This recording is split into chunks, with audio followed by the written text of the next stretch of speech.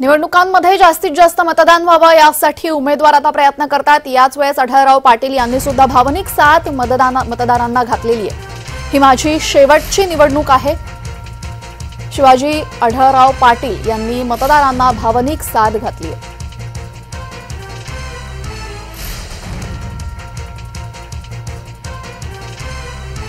आढळराव पाटील यांनी मतदारांना भावनिक साथ घालत ही माझी शेवटची निवडणूक आहे असं म्हटलेलं आहे। राष्ट्रवादीचे उमेदवार आढळराव पाटील यांनी हे वक्तव्य केलंय।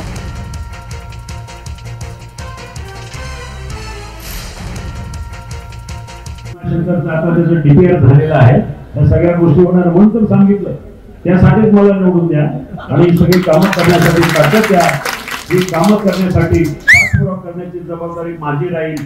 केव्हाही मला तुम्ही जनता दरबारावर विचारू शकता, म्हणून मला विनंती करायची ही जरी माझी शेवटची निवडणूक असली तरी त्या वेळेला मला माझी कामं पूर्ण करायची। मुंबई भीमाशंकरचं आता त्याचं डीपीआर झालेलं आहे, त्या सगळ्या गोष्टी होणार म्हणून तर सांगितलं।